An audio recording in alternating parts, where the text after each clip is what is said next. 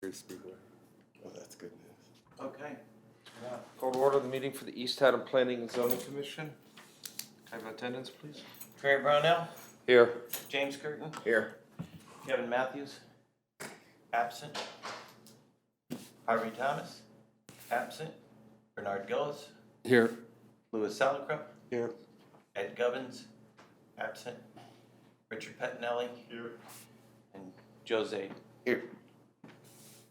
Okay, Richard, have you sit in for Kevin and Joe for Harvey. Please. Okay, minutes. We have one. Do we have a special one? I guess we didn't get Not that. here, yeah. What's that? That was not here, I see. Yeah. Which one? Okay, for May 22nd. Said one thing that I noticed, but on the first page there, after bills and before the site plan review for Mazada, I recused myself and left the room. No? And, other than that, I didn't see anything. Anyone have anything else? No. Okay, so we'll accept the minutes as amended. I didn't get any bills. We No get bills. any? No bills? No Well, I bills. didn't get bills. No site plan. We're being recorded. Oh, man. You didn't dress up, put your makeup on? Okay, entertain a motion to change order of business. So moved. Do I have a second? Second. All in favor? Aye. Any opposed? Okay, discussion, plan of conservation development. Do you have any news for us? Yes, we delivered, as Mr. Kasner said, there was 4,000 sheets to be delivered to the company for distribution, so I drove them up to Rocky Hill, dropped them off. I got a phone call about 2 days later, Jim, Bob's got the wrong number, it's actually over 5,000, but we made black and white copies and we inserted them in the paper. So they got them out, so distribution in the mailboxes is 4,000. But including post office boxes, it exceeds, the 5,000. Plus they put copies of like the library and all that. We got a huge bump because of it. As of yesterday morning, we're at 492 respondents. Great. What is it? Okay, I 492. haven't seen it yet. I haven't even seen that yet. Has it come out? Yeah, Paper? I got a black and white. Today it came? I got a color. Oh, I still haven't I don't know. done it. Oh, really? I can't get my wife to You'll do have it. your And- input, right? I haven't done And it. the deadline is Friday. Yeah, I figure I'm a little biased, so. So they. That's great, the numbers are up, that's The numbers were up greatly because of that. What were we before that? two something. We're in 2-something. Okay, so that was a good, that was nice. 237. 237, so that was a nice boost. Yeah. Awesome, I'm glad we, More than double. Yeah. So, Good. so that helped out. They are coming next Wednesday. We have a special meeting scheduled. We do? We do. next week, Wednesday? Yeah. That's the same day as the, Board of Selectmen. Board, Selectmen's meeting. We were gonna go to a side room. We got a meeting room there, unless, right now, as we sit, although we have to wait until tonight, maybe we'll talk about it at the end of the night. If this, right now, we have no new applications, we only have what's on the application right now. That's all we have For the next active meeting? for the next meeting. So at the very least, at What's the the very date? worst, we have a site plan review, which never take us long. Right. No, And any public hearing No, would we be haven't. accepted and scheduled. right. I gotta butcher a pig and get it ready for Saturday. I forgot about Wednesday. Wednesday is what's the Well, date? Pig's probably happy. You know, it's- So you're saying you Pig's probably might, happy. you might cancel the Wednesday thing and move it to the next, Wait a minute, did I say next Wednesday? Yes. Yeah. that's what you I'll said. take it, I'm sorry. Let's back this up a step. Not next Wednesday, the Wednesday after. So okay. we have. Oh, okay. Yeah, next So totally Wednesday's different. plenty. Proceed We're good. with your pig. Yes. Yeah, I was. Pig didn't get a reprieve then. I figure you guys can handle it without me. What we have scheduled right now is a Tuesday planning and zoning meeting, and then a Wednesday special meeting, because we said we don't know where the agenda would be at that time. So is Mylona room available So on the- Tuesday if I- we I opt It's the to? day after our regular next Correct. meeting. Right, so Okay. I But can find out, Right. I'll find out based upon tonight's Okay. stuff, so we'll go from there. Did you get the survey? Did I fill it out? the survey Okay. Yeah. in the mail? Did you No, hear from Jim? this wasn't a survey. Kessler? This was I mean, just Bob a Kessler? leaflet in No, the about newspaper A that meeting said, tomorrow night? please No, fill nobody out the survey. It's all right, what I is it, actually what is it? kicked an email to you too. Oh, you did? Yeah. Well, my wife is at work, so. 7 o'clock here, Put Okay. okay. a special 7 insert p.m. in the newspaper. Who will lock up? The custodian that's Okay. here, Sean, you can talk to him, and I think you're gonna be over at meeting room number 4, Okay, which is Over here. all the way around the corner. okay. Told me he was going to let you know, and I apologize. No, it's all right. I mean, I meant to shoot you. I've just been that's okay, it's no big deal, as long as I know, I mean, I'm, Okay. you know. We'll see what the numbers look like. tomorrow. Okay, anything else on plan of conservation development? Come again? Anything else on the plan of conservation Well, all I development? have to say is that I filled it out, the survey online, and my wife cannot access the survey because, for some strange reason, I don't know. It Same won't- computer? Same computer? Yeah, same computer, it won't let her. Shouldn't be an issue. They don't block out IP addresses or anything? They said they'll check them after, like, you know, if there's a whole after bunch there's from one. So many, right, and there's more than 2 is. Don't know what the answer to that Yeah. is, 'cause I know at my house, I did mine, and then Mary goes and says, well, I saw it in the paper, so I filled it out. And so it's the same computer from Yeah. our house. I don't know what's going on. I don't know. Maybe it's our computer. But that shouldn't be a problem. Yeah, no, it's the only one so far I've had that, I know we discussed at the last meeting that there were 14 from the library and they picked Right, up on that. yeah. So yeah, it must be me. you know what the story is. Shut her down, reboot. I get another seat. Yeah. Buy a new one is what they want you to do. I gotta find that paper so I have the address so I can actually do it. You can go to the town website, Okay. like the first thing on the I keep, website is one of those things update. I keep on putting off. I'll probably do it Friday. What time do they close on Friday? 11:45. What time on Friday? 11:45 Be the PM. last one. Yeah, Just one last question. What's the focus of our meeting with Malone and McBroom? Well, at the next- what they asked for that amount of time after it closes to tabulate what they've gotten from that point, and then talk about next steps as far as reaching out to the public and what would be Oh, some of those the pop-ups. and pop-ups. that. What Okay, would be yeah. some of the key points based on that survey that they thought may be good pop-up And you, sessions? you may not be able to answer this, but when are we gonna get to the actual structure of the unit? Probably not, at How- this rate, we might not till September is actually get into the structure part of it, because Uh-huh. it's very difficult. You do your pop-ups, you do your survey work, you do some of the sessioning with, you know, the general public in the meetings that they talk about after everybody comes back from vacation. And, you know, the reality is that they're gonna go through what exists now and hopefully be able to point out to us where the changes are in it, or if there are any changes. And work on that as the base, and then move on chapter by chapter. They're probably already starting the I'm sure that. the intro type stuff. They're doing the write-up they can do. Yeah, but I think, yeah. you don't wanna get too far into it and find out that you went to these sessions and said that, you know, everything that was key is now not key. Hmm. So, I wonder if the Lions auction would be a good place for them to set up something. awful cluster of a mess.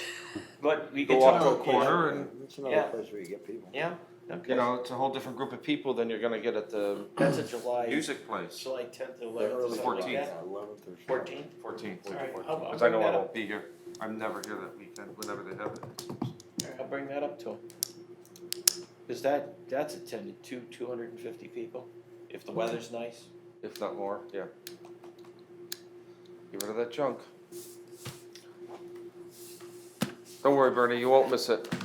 What's that, the auction? No, the write-up, Oh, the meat and potatoes. yeah, okay. We'll do it right here. So, Live on YouTube. I guess. Okay, anything else anyone have for the?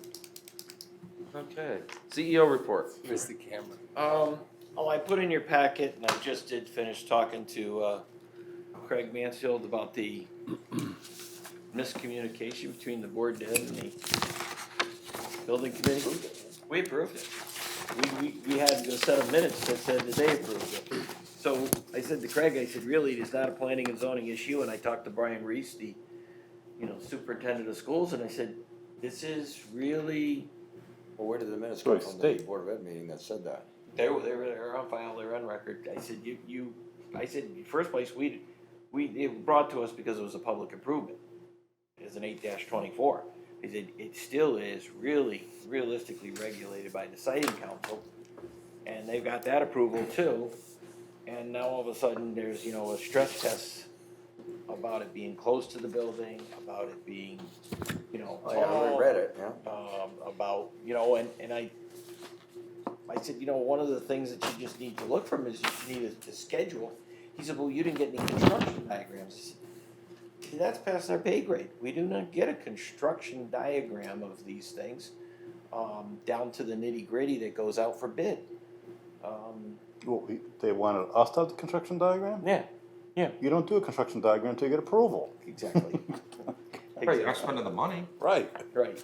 and then the building, and then then after the construction diagram, then when you go to the building department? Actually, because this is a State. Oh, it's a state thing, okay, so the state, I knew someone else is gonna look at it, making sure that it's all But this safe. was Let me ask you this, the siting council actually has the last word on this. Right. Right. They have Yeah. every word on it. Yeah, But all this was discussed about heights and all this stuff, that did come up. Yeah. It seems at our meeting. yeah. I thought that was discussed. Well, and, being 50 feet away from a ball field with setbacks, well, it's a ball field. It's not a structure. I mean, during a storm, there's a possibility that the antenna could, which, are you playing ball during? No, this? they're Unless pulled the out. heavy stuff's coming down. Not until the heavy stuff comes down. Yeah. Or hail falls. So I mean, So- And it is, I try to emphasize that if you've got concerns about environmental things, well, then So we're in a building that's got Wi-Fi. is this a, We're, yeah, is this a posturing letter to appease the, I don't know. I don't know what it seems is. stronger than that appease to the me. people who are, making noise? Could be. But it's not for us to, rescind an approval or anything like that. We got the info. Well, I was you clear should about it. also send them the minutes from, didn't we have that? Yeah. I mean, Actually, you didn't even ask, maybe this is what's behind it more than that. so, What? Okay. so, But I mean, if we had minutes that were presented at our meeting, they should get them and go, hey, you tell us what were you saying here? and I guess, some of the parents are concerned. I said, you're gonna have to work that out with that, but I said, every city has one on every block. They're everywhere now, and if you don't want them, then everybody's gotta be willing to, dump their cell phones and get rid of the technology. And in Giz's No, that's case, not that bad. this happens to be, this is even less because it's not even a cell phone tower. This happens to be an emergency management tower, which is not taking cell. It is just dealing with emergency management. This is not broadcasting continuously. No. And when kids have a phone in their hands nowadays, that's gotta be much worse. Yeah. Continuous.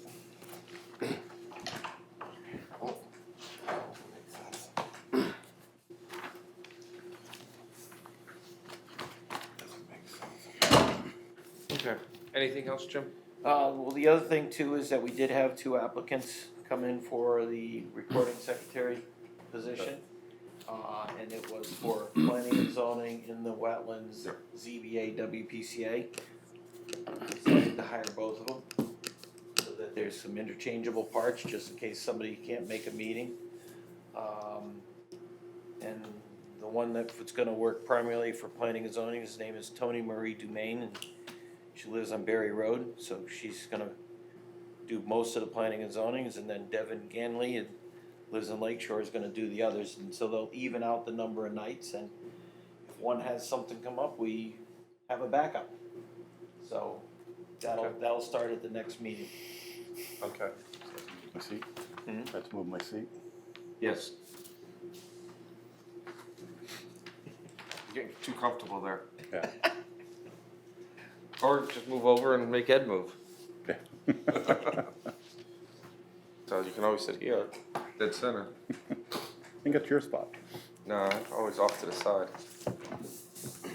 Okay, anything else, Jim? We got a request today, and it really went to the Board of Selectmen, so we're gonna find out. But the Church of Christ down at Johnsonville wants to hold a special worship gathering, a single event sometime in August or September.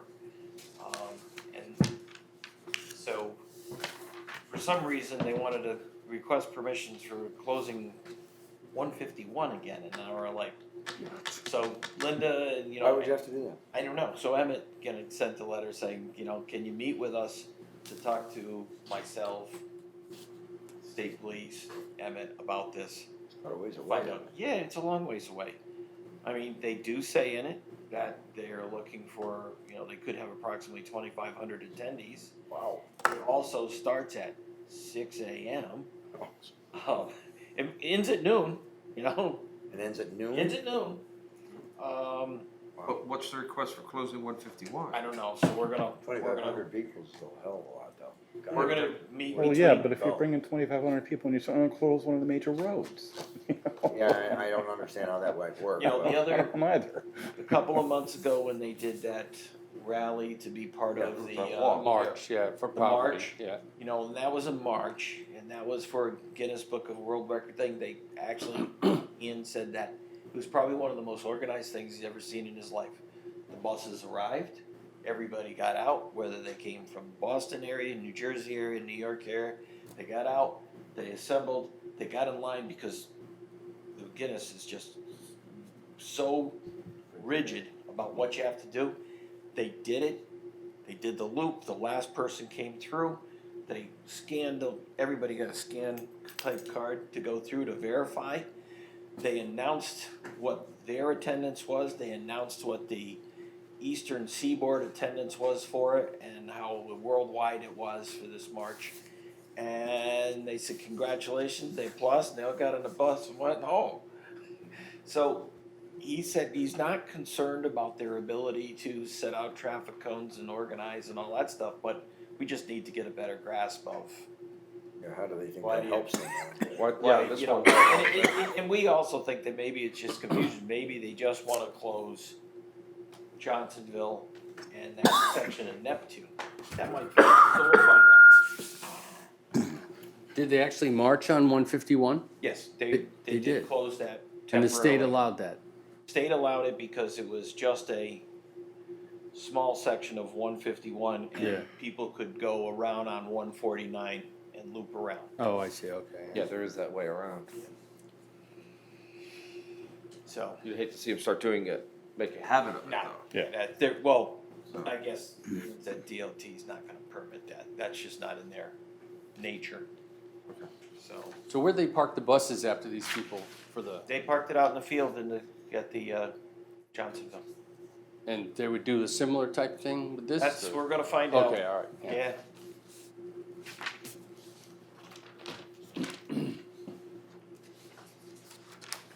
Okay. What else? Next is, I guess there is actually a movement abroad at Shady Brook for, future plans for a boarding school. They haven't come in with the official application for demo, but some of the buildings are already marked demo 1, demo 2.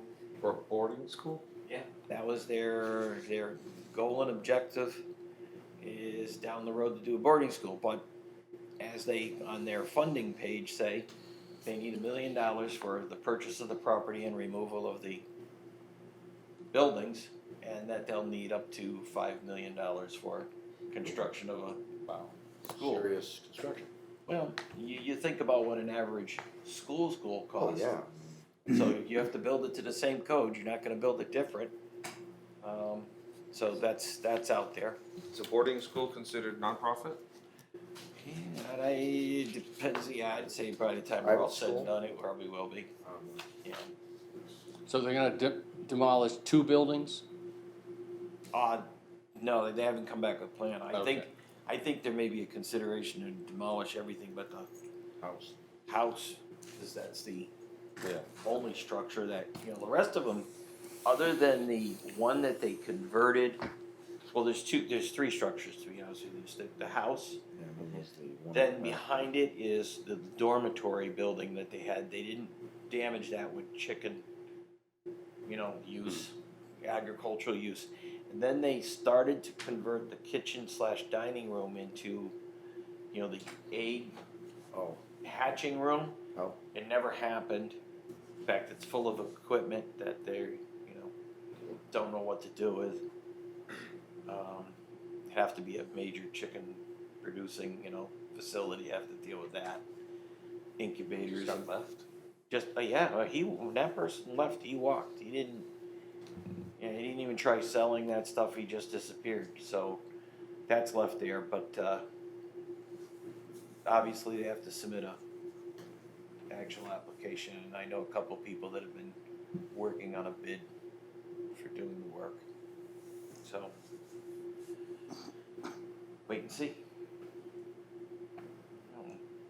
Jerry Carlson likes to do work like that, doesn't he? He's one of them that That's a demo. has a person that has the proper licensing and all that for that sort of work.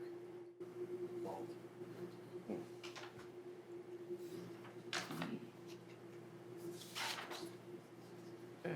Anything else? Anything on the bridge? Anything on Tiger grants? the Tiger grant, Build build Is that- grant. Build grants, not Oh, Tiger. sorry. Bill Um, grants. We are Changed. still cranking away, putting together, in fact, actually, Liz and I are gonna get together Thursday with some of the narrative parts. We did hire a firm out of Philadelphia to help with the cost-benefit analysis, which is a major component to the grant to demonstrate that the money's being put in place for this. It has a valid reason. I don't know if you didn't listen to the second webinar that the Oh, hell no, I didn't listen to the first. Okay, well, I did. I have another one to I listen. don't write them. I And it's haven't- okay, please use our webinars, and even though you didn't hire us. Well, no, this is the one put out by the government Oh, themselves. okay. And I found out that they scheduled 2 hours, and you literally wanna strangle Yes. all the question and answers on the second hour. Because people start off with, I haven't read the grant yet, but does it? And you just wanna scream. That's when you sign off. But I sat through it doing other work, and I actually found some very interesting tidbits to it. The biggest part about it is that if a rural community does not have to contribute as where the metropolitan areas have to have 20%. And the one question that was asked at the very end, they said, but what if a rural community had 20% to match? Does that elevate their application? And the people that are in charge said, no. And that's good, because we're coming in at 0. Well, Yes, but could you argue that you're leveraging the bridge repair in itself as a leverage for the walk? We could, except unfortunately, and we are gonna use that argument, that's part of the leveraging, that the state of Connecticut is doing all of that $50 Because it's a million good time to do it repair. now. Do it now, and that its life cycle is for the next 35 to 50 years. But because the feds are also using 80% federal funding, we can't get a, You're still getting 20%. still 20%. So, but we, hopefully we'll be able to get Now, this now done is Haddam doing it at the same time, or are we doing it with Haddam, so the two towns? concurrently. We're doing it with Haddam and the COG, so Sam Gold. And what we've been doing is on Tuesdays, we've been getting together for half hour, where are we at on certain things. One of the things is, in the next couple of weeks, I have to come back to this planning and zoning commission, just like Liz is, and to the board of selectmen, and just say, here is our draft outline of this project. I'm looking for letters of support to do it, so.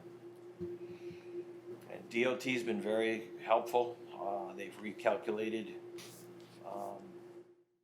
based upon their plans. They said, all right, if we're gonna put this on, then we have to structurally add to it. They recalculated everything, presented us, cause they had the diagrams already, but they had to run new numbers, and they've run the new numbers for us. So we're getting letters of support from that end also. Now, this is with the council of government? Yep. Lower Canal, are they supportive of it? Oh, The other yeah. river towns? Oh, yeah. They are? And in fact, that's being brought to them for that support. But this Okay. is something they supported the first time we were going for it. Right. Has Gateway been, I talked to, well, actually Torrance said he's going on vacation, am I gonna owe you anything? And I said, yes, you're gonna letter of support. that's right, he is going on vacation. Yep, he asked ahead of time, so he said that I can make that timeline. Okay. So we're just gonna kick down a short narrative of him this week or beginning of next week, and Because I know it hasn't come up in any of the minutes or Yeah. anything about Yeah. it, so, okay. I just wanted to get the numbers from DOT that, you know, we just recently got added to it.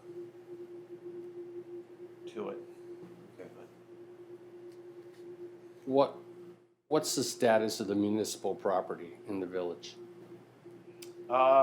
They've hired The first select, town, has hired a firm to go through and finish the phase 2/3 testing and analysis, for the garage, to retest the holes that are out there already, to also go through the 3 buildings now that they're vacant and give us a report on asbestos and, lead and et cetera. That should be coming to us 7-8 weeks from now. 7 or 8 weeks? Yep. Wow, They just got hired, so okay. they've been authorized to move forward in it.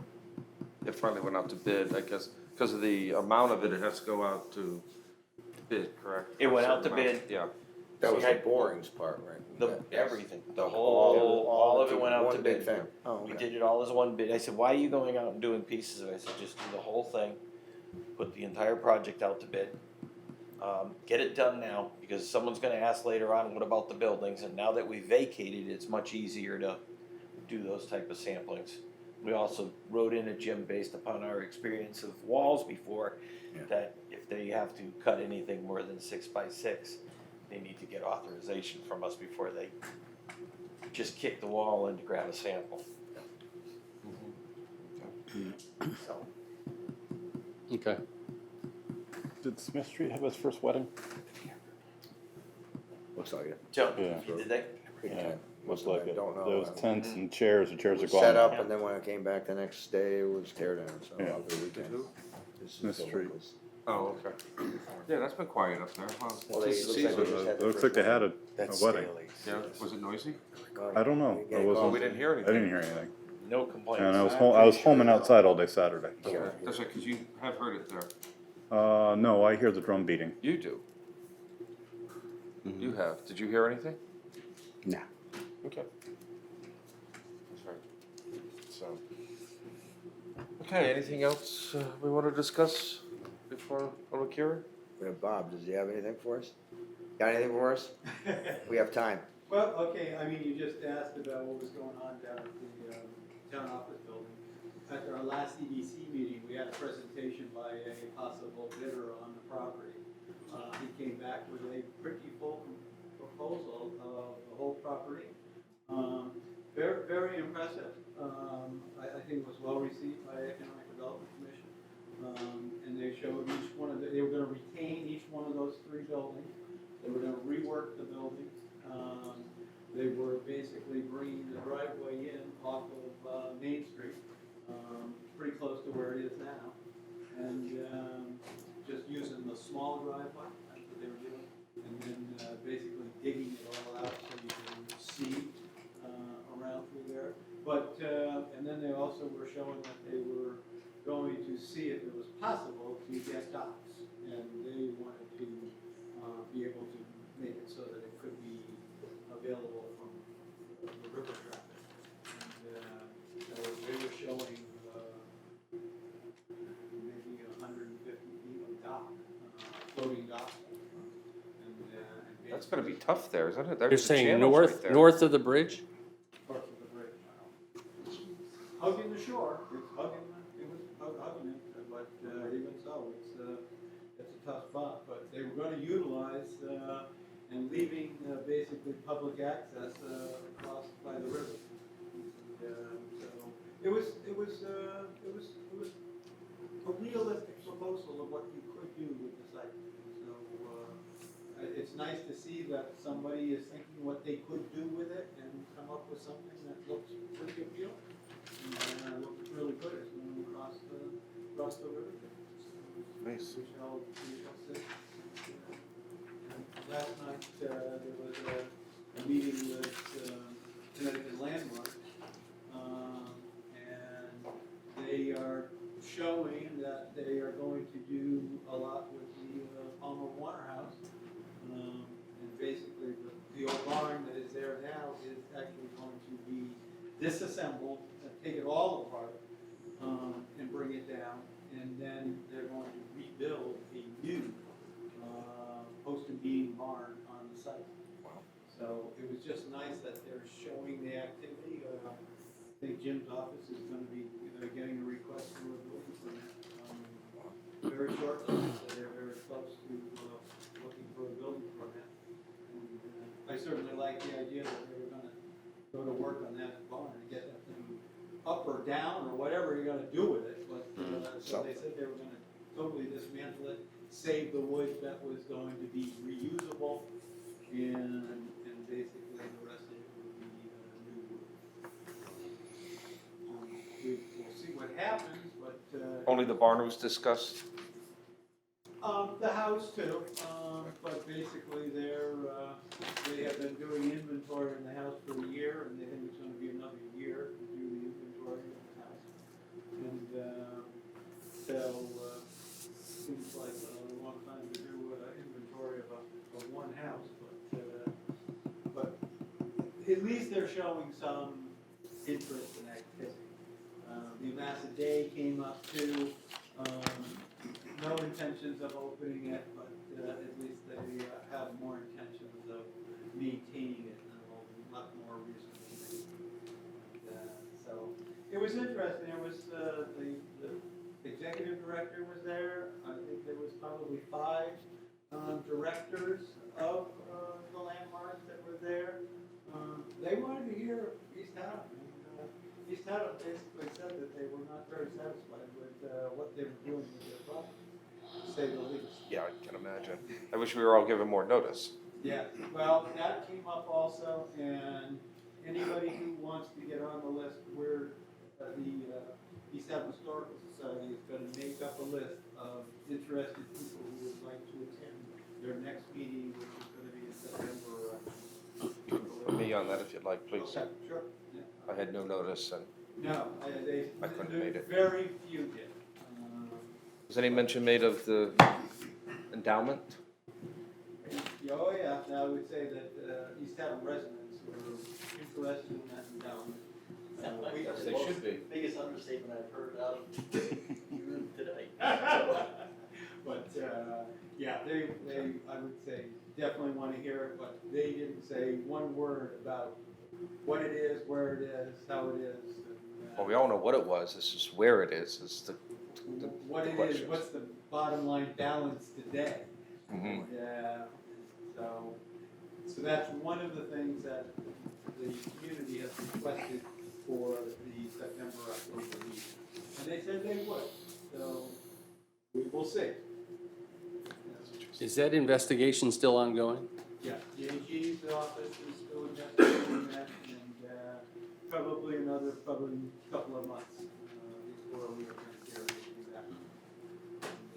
And we requested that a copy of whatever they determined be sent to the Historical Society, so that basically they could see what was going on. And the AG agreed to do that. We will see what happens with that too. That should make very interesting reading. Okay, thank you very much, Bob. Yeah. Anything else? So I'll entertain a motion to take a 8-minute recess. So move. Second. All in favor? Aye. Any opposed? Turn all this off.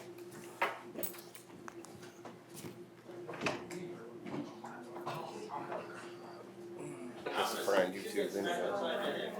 I hear ya. Okay, seeing it's 8 o'clock, we're gonna start the public hearing portion of this meeting. If people could be quiet, please.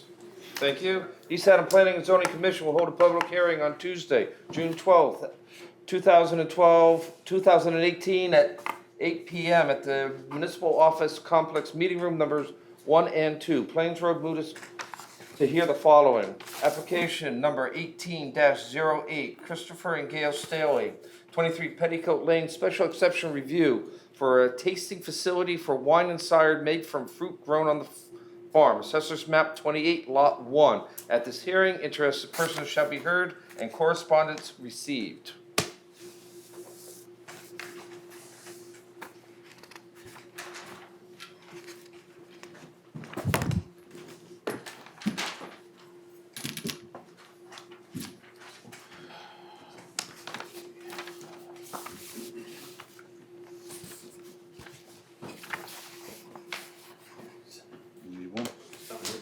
For the record, my name is John Paul Garcia. I'm a licensed professional engineer and land surveyor, licensed to practice in the state of Connecticut with an office at 7 Matthews Drive in the town of East Haddam. I'm here representing Staley Farms in the development of an existing barn on approximately 15 acres of land located on the north side of Petticoat Lane that the Staleys would like to turn into a wine tasting facility. A little paperwork first. I was asked to bring in a originals of the certified mail, mailings, and the green cards, which I'll give to Mr. Ventris. So here's a copy of the notice, the joiners list, green cards, and the certified mailing. The intent is, if anybody knows the property, it's approximately 23 acres. It presently has on it an existing house, a barn of about 2,300 square feet, a well and a septic system. And right behind this area here, there's planted in rhubarb, and he's got about 2 acres of blueberries, 2 acres of peaches, and 2 acres of raspberries. And he's planting more in the process, and that's just one portion of the farm. As you know, he has approximately 30 acres on the other side, on the south side of Petticoat Lane. So the application before you is to convert the existing barn into a wine tasting facility, which is allowed by your section 5 of the regulations. We propose parking across the street. The hours of operation would be on weekends, Friday, Saturday, and Sunday, approximately 40 to 60 people. Foods prepared on site would be prepackaged foods. There's no intent to run this as a restaurant operation. This is to serve mainly foods that are either prepared on the farm, which is about 90% of it. The wines, everything would be prepared on the farm in another location. This is just for the tasting facility. Well, most of the wines and everything else are grown on the farm. The prepared foods would be cheeses and stuff that are grown on other farms in the state of Connecticut. That's the intent. There's no intent to have a live band or anything like that. If there's music, it'll be soft, interior type of music. It's not intended to be a party facility. There is parking for approximately 20 cars on the other side, on the south side of Petticoat Lane.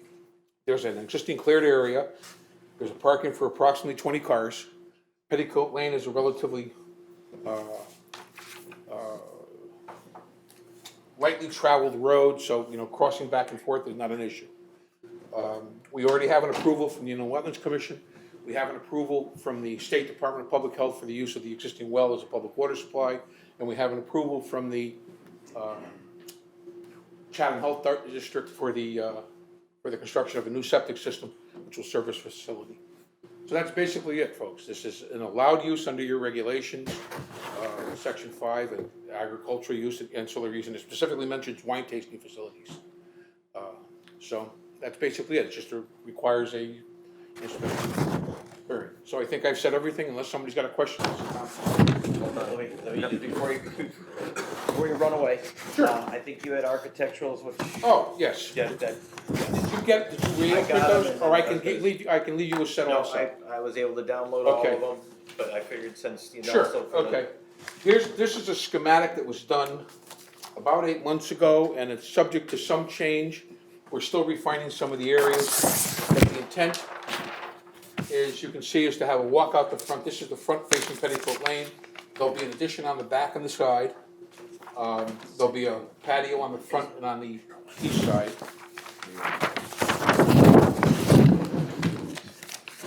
And here's what the floor plan looks like.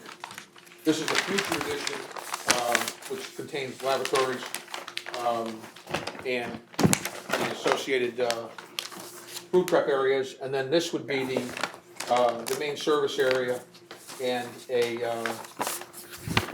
meeting room and a facility for, cleaning and such. And that's the drawings you have in front of you there. What are you planning for hours of operation, or when does this happen? With me is, I have the Stanleys here, so I can let Chris, we originally talked about, Friday nights, Saturdays, and Sundays. That is subject to change, but for the most part, that's basically it. We're not looking to open. Whoever's whacking that, it's gotta stop. Thanks, Bernie. You're on top of the speaker. Oh, is that me? Sorry. There we go.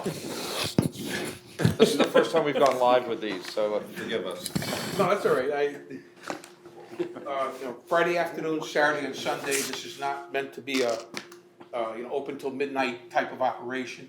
This is a wine tasting facility. Right. So it's, Well, not open to midnight, but what are your planned hours? for the record, let me have Chris. It would be, most of the time would be 12 to 6. It might be occasionally 12 to 8 o'clock at night. For the record, that was Chris Staley, owner of the property, and the applicant. I need to know the particulars of this. Yeah. Times.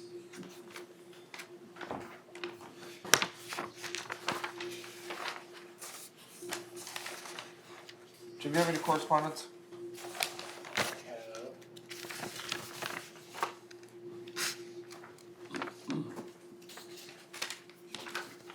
First of the East Haddam Inland Wetlands and Watercourse Commission, application 18-10, 23 Petticoat Lane, Christopher and Gail Staley, conversion of an existing barn to a cider tasting room in the upland review area, assessors map 57 lot 40. Dear Mr. and Mrs. Staley, the East Haddam Inland Wetlands and Watercourse Commission at their regular meeting held on April 17th, 2018, voted to approve your application to convert the existing barn to a cider tasting room in the upland review area with the following conditions. Conversion will be completed using the plans dated April 17th, 2018. Hay bales will be added to the side where the patio is located.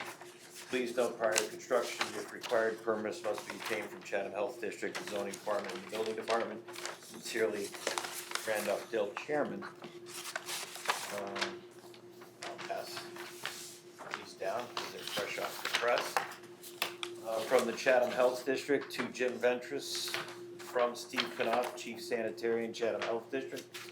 I have reviewed the proposed conversion of the existing barn to a wine and tasting room with seating for 60 people. To verify compliance with the public health code, soil testing was conducted and a new septic system is proposed for the site. The system is designed for food service and is sized accordingly. The water system will be converted from a private to public system with approvals already given by the State Department of Public Health. While there is some minor revisions regarding the septic design, it does show that the site is capable of supporting the proposed activity. For conceptual design, I can approve this application and will finalize whether an exterior grease trap will be required in the next week with the engineer. If you have any questions, please let me know. From the state of Connecticut, Department of Health, Drinking Water Section.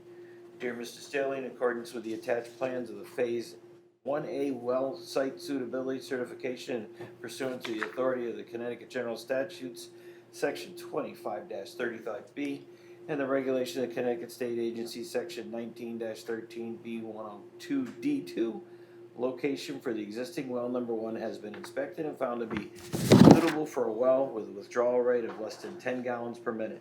The location is specified in the application is subject to the enclosed terms of the Phase 1 well site suitability certification. This site presently meets the requirements of Section 1913B 51D(A) and the Connecticut General Statutes 2533B, according to the information provided in the Phase 1 application. And it is signed by Lori Matthews, Public Health Section Chief, Drinking Water Section. I have stuff from the public, but that was the official. Hold off on that if you Yeah. want. More questions from the commission? No, I'm good for now. Bernie? Did you have a sign you were gonna post on the road or anything The intent, not yet. to that effect? The intent was not to put a sign on the road. I mean, the barn, the intent was probably to put something on the barn, but not on the road itself. Yeah, okay. And, do you have any kind of a lighting plan? Again, we're not proposing lights in the parking lot. All we're proposing is building mounting lights to allow the public to come in and out of. We're not proposing, staff lights or mounted, or street light types. Nothing after dark or anything like that? Well, yeah, at 8 o'clock, you might have a building light very similar to what you would see on a house. Right, but And we can schedule that as a full cutoff, full shielded, full metal cutoff. right, because we have a whole section on lights. I understand that, but Okay. the intent is not to put in parking lights on the parking area. And we're not gonna put in mass mounted lights. So just building lights. you're gonna have the public cross the road and go through 20 parking spaces in the dark. Well, it's 8 o'clock. It's 10 after 8 now. It's 8 o'clock, and in 2 weeks, it's the longest day of the year. I understand that, but So- the intent is, So operations stop a half hour before sunset.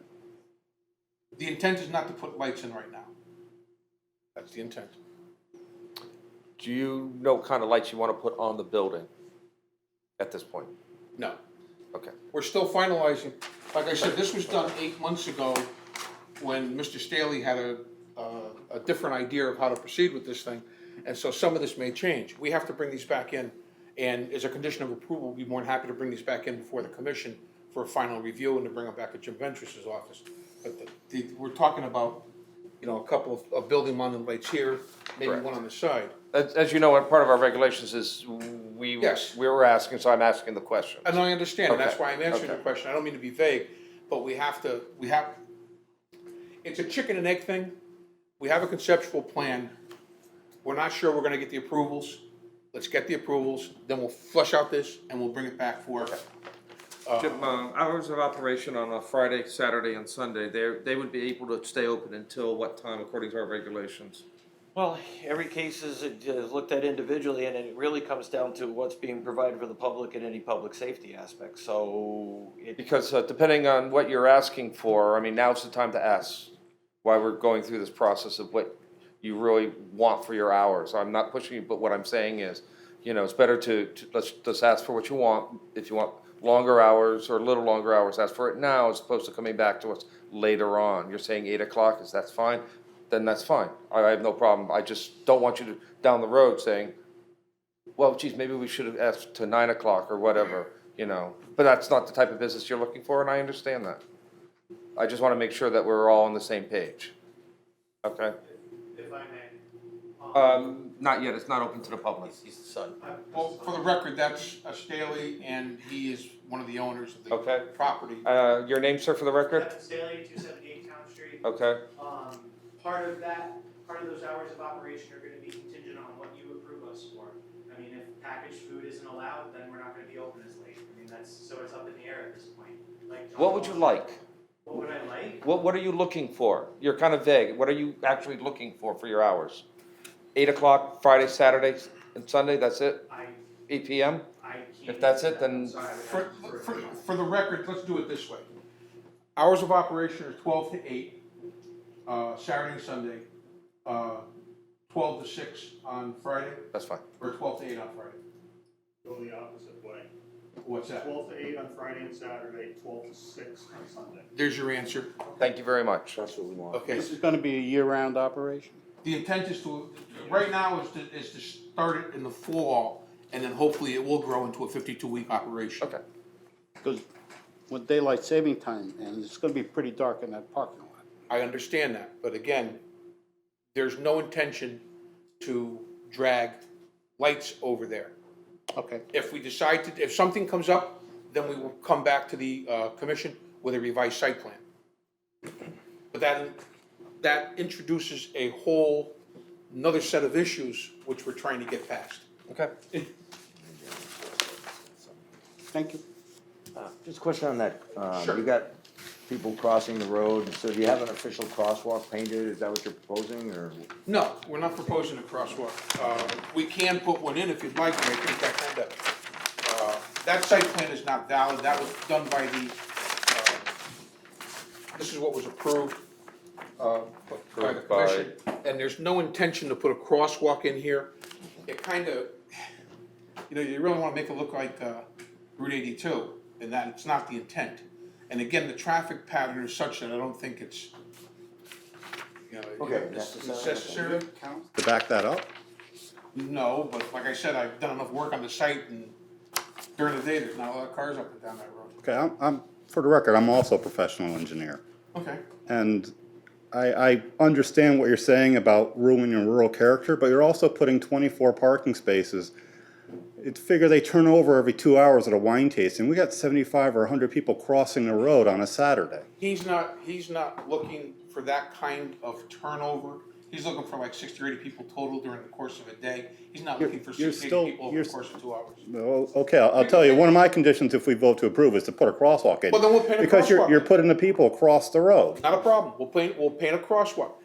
Whenever it's a no-win situation for me. Every time I propose a crosswalk in a town like Bethany or Woodbridge or East Haddam, I get hammered.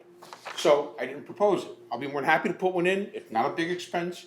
It is a valid safety improvement. We can even put a sign that says slow traffic crossing. I mean, you can start to make this thing look like 82 if you'd like. I have no issues with that. Well, that's not the issue. We govern health and safety. I understand that. Safety is our And concern. that's why I'm saying, if the commission decides they'd like to see a crosswalk, this is not a big expense, we'll be more than happy to put a crosswalk in. It's not a big deal. Do you have any sightline estimates to the crosswalk? If there In were- excess, they're in excess of 600 feet. Okay. I mean, which is a 50-mile-an-hour crosswalk, 50, 60 mile an hour. But they're in essence of, in excess of 500 feet. Had you looked at putting the parking on the same side of the road as the barn? Yeah, and it really doesn't work. This is a wetland area. You don't have sufficient area in front of the house. It kills this impact. This is already cleared and it has no impact on anything. It doesn't destroy from this area. We can certainly park in the back, but that ruins farmland that he's now got in production for berries and such. And so it's not in his best interest to put it there. I mean, we could if we had to, but I think it defeats the purpose of trying to keep this as farmland in this area, which is presently gravel, as the parking area. You did indicate on your plan that you propose a pedestrian crossing sign? Yes, In two places. just 2 places, just a small, state of Connecticut DOT style crossing sign, Yeah, okay. but not a striped crosswalk, but I can change that to have the crosswalk.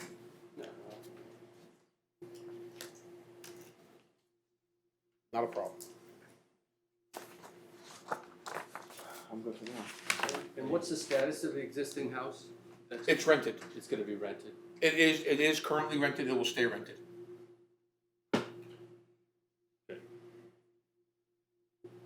Will this have its own septic?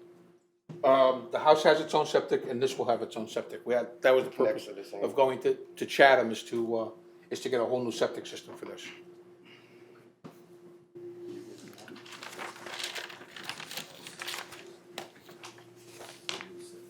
You're just doing roof leaders off of? I'm sorry? You're just doing roof leaders off of the new? On the splash box, yes. So technically, they should be asking for relief under the, not having to store it, right? Well, it's an existing structure, so. Oh, this is existing, I'm sorry. Yeah, it's an existing Wait, structure. So this is all rehab, okay. Yep. Sorry. Yep. I was looking at the road at that point, I think. Okay, any other questions from the commission at this time? Okay, I open it to the public for questions and comments. If you could direct all your questions to the commission and please state your name for the record. Yes. Gary Dickinson.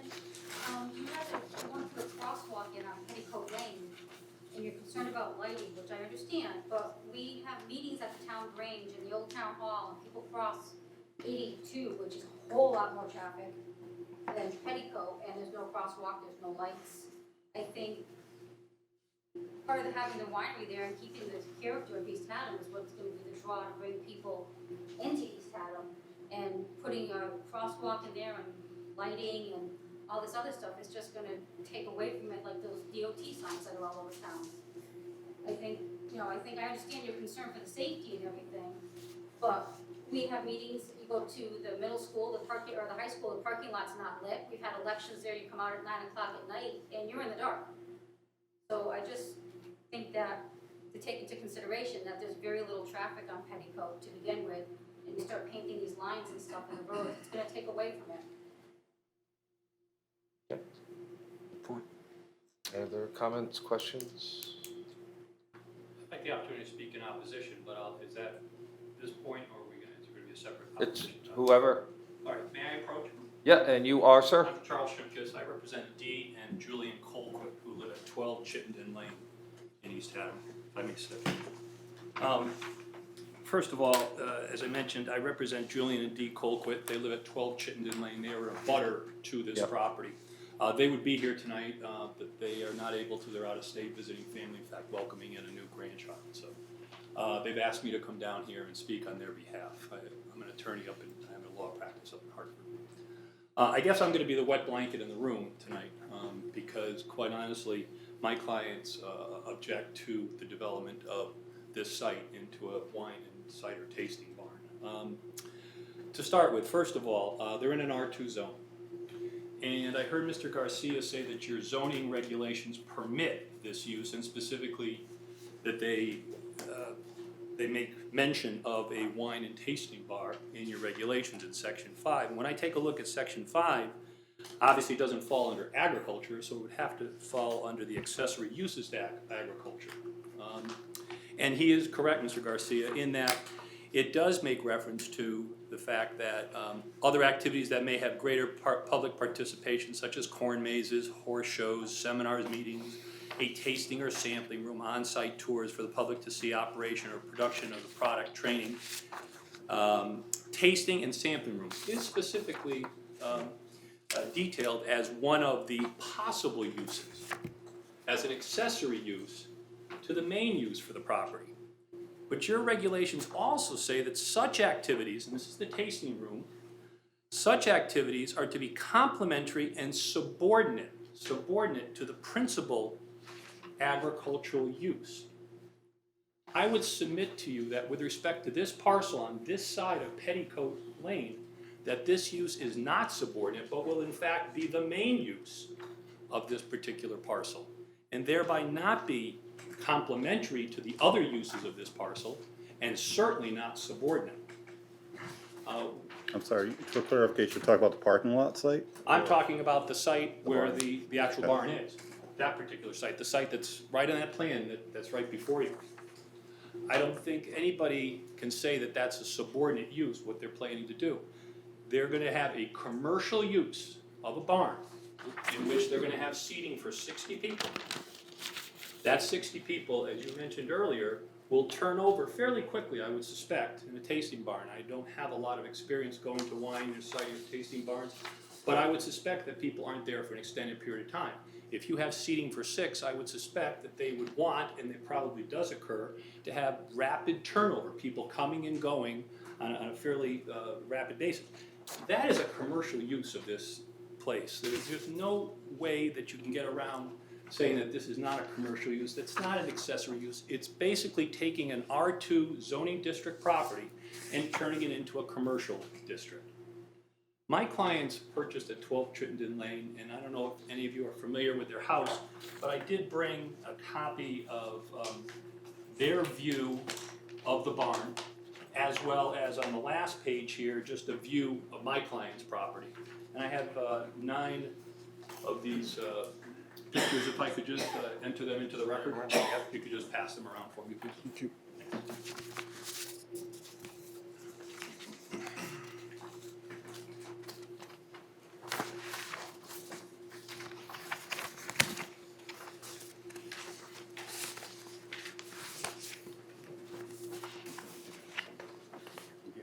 So the first few pictures basically show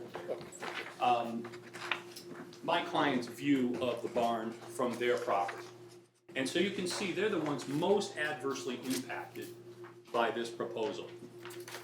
And I know there's lots of other letters of support of this application, but frankly, my clients are the ones that are most affected by this change of effectively use of this property. Was this taken with a 55mm lens, or? I have absolutely no idea. It's 450 feet from the property line, am I correct? Let me, since I knew this was coming up, I used my GIS system, which is a 2016 photo.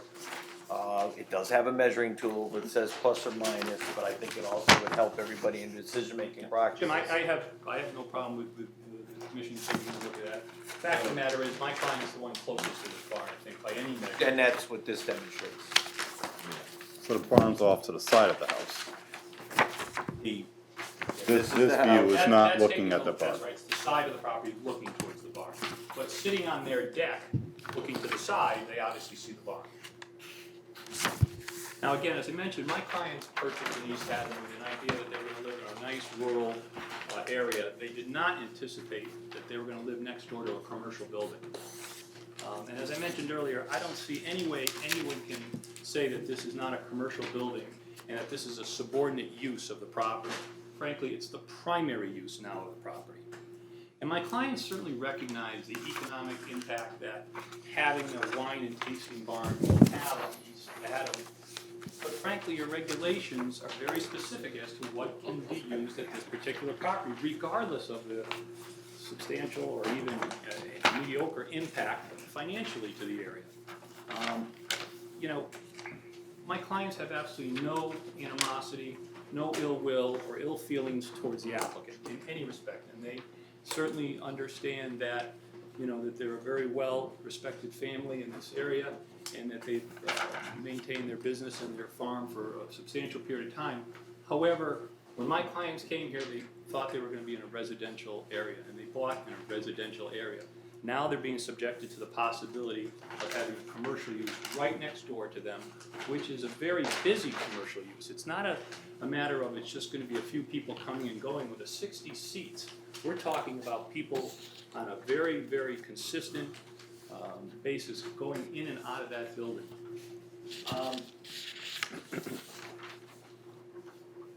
If the commission, and I hope you won't, but if the commission was to approve this use, we certainly would ask for a number of things. And number one, we'd ask for screening between my client's property and the barn. Because, again, my clients are going to be at their property looking at this barn with people coming and going on a very consistent basis. We'd also, and it's been touched upon, the hours of operation. You know, I've heard 12 to 8 Friday and Saturday and 12 to 6 on Sunday. And again, I think the point was made over here that, well, what happens, you know, when we get to the winter time when it gets dark at 4 o'clock? Well, by definition, they're going to have to light up this facility. If they're going to open it up to the public for purposes of not having people be able to see where they're walking, for purposes of safety and so forth, they've got to light up this barn, not only the walkway to the parking lot, but also obviously the barn itself and the surrounding area. So as people come and go, they can obviously see their way. It's not an issue tonight because here we are at 8:25, and of course there's no problem. It's still, you can still see. But at 4 o'clock on December 14th, it's going to be pitch dark. As a result, the only alternative is to light up the area, light up the parking lot, light up the walkway, light up the barn, light up the surrounding part of the barn. That's what my client's going to be viewing on a Saturday at 5 o'clock. That's what my client's going to be viewing at 6 o'clock on a Friday. They're going to be looking at, effectively, a glowing barn with a walkway out to a parking lot. There's also been talk about food, and I'm not sure what the applicant is proposing with respect to food. I heard packaged food, but when I took a look at some of the submissions, it did appear that they were going to be serving food. So, again, if the commission was to approve this, and again, I hope you don't, we certainly would want to have a restriction on the type of food, whether the food is processed or made at the site, or whether it's brought in, and what type of food would be allowed at this particular location. Music is also noise.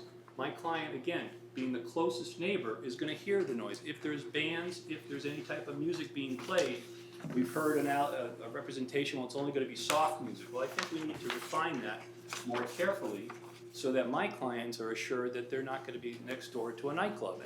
And look, we don't suspect that that's what their intention is, but I think the commission has a duty to make sure that we're protected from that possibility. I didn't see any traffic study submitted as part of this site plan approval. I can't sit here tonight and tell you what the impact is gonna be on traffic on Petticoat Lane. But nor can the applicant. The applicant has not produced any type of traffic study showing the traffic patterns and the traffic intensity during the hours of operation of this wine tasting bar. I frankly think that's something that they should have been able to show this commission in an effort to convince you that it will or will not have an impact on traffic on Petticoat Lane. I also understand that this applicant already has a wine tasting facility very close by, and I would submit to this commission that, quite honestly, I don't know why they need to have a second facility. They already have a facility which evidently abuts or is part of their other property on the other side of Petticoat Lane. And it would seem to me that that would be more than sufficient for purposes of having a wine tasting. Maybe they develop that site more robustly, but the fact of the matter is now they're looking to have two separate tasting barns.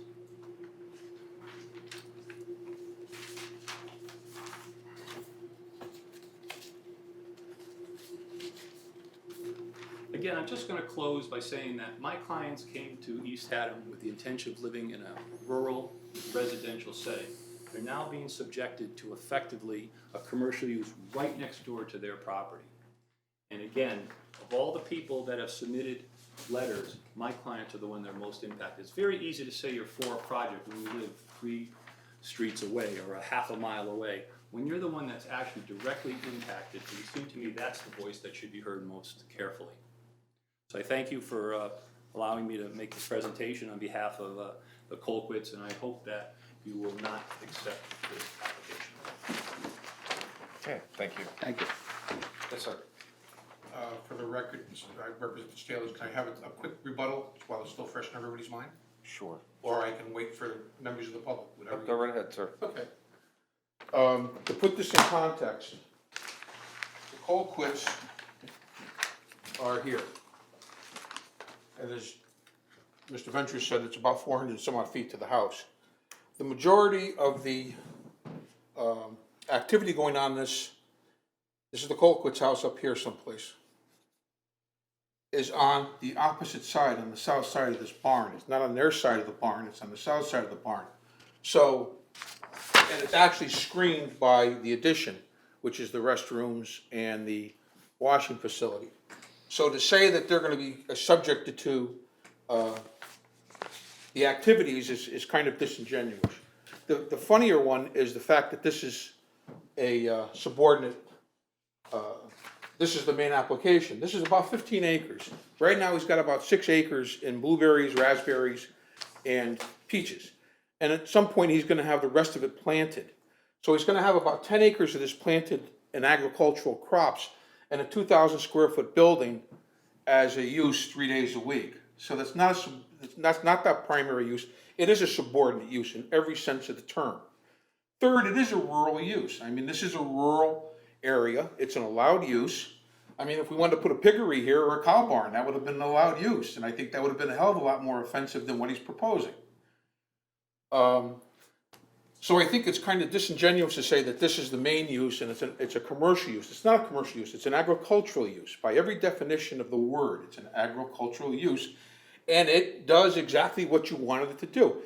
It sells stuff that is grown on the farm. That's why he's got 2 acres of raspberries, 2 acres of rhubarb, 2 acres of peaches, and he's going to have the rest of it. And then as the last thing, Mr. Staley also is in the Christmas tree business, and he's already planted 40 Christmas trees along this back line.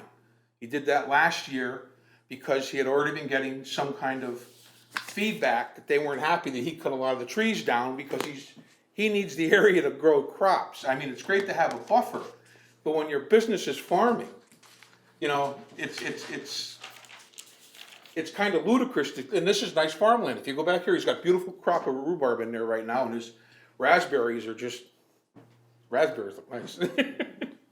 But by no stretch of the imagination, if you've got a 2,000 square foot building versus 10 acres of, 400,000 acres of crop, I think it's kind of ludicrous to say that that's the primary use and the farming is subordinate to that use. I just think it's disingenuous. And like, as I said, the bigger thing is the fact that the majority of the activity is south of the building.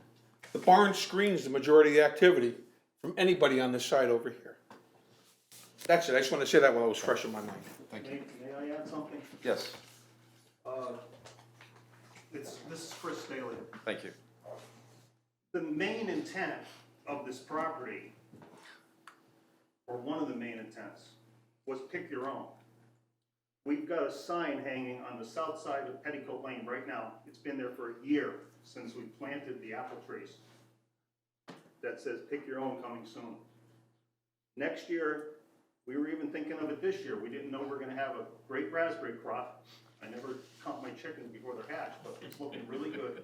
We may open up this year, pick your own raspberries on 23 Petticoat Lane. They're there, the crop is coming in great. But the intent was pick your own along with this wine cider tasting facility. So to say that we're just doing a commercial unit here, I'm sorry, I don't agree with it. It's not what the intent is. Okay.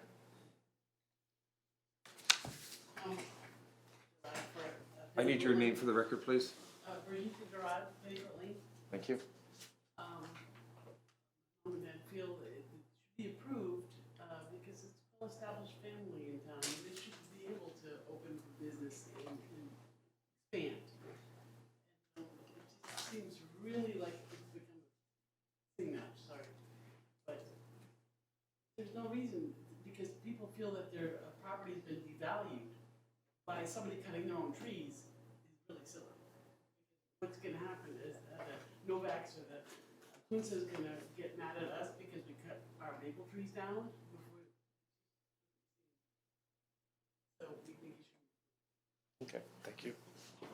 Mr. Kazner? Bob Kastner, I'm Chairman of Economic Development, and Kevin is on the Economic Development Commission, but I wanted to just say that I have been on site and looked at this proposal, and the barn is probably one of the best condition that a barn of this period that I have seen in town.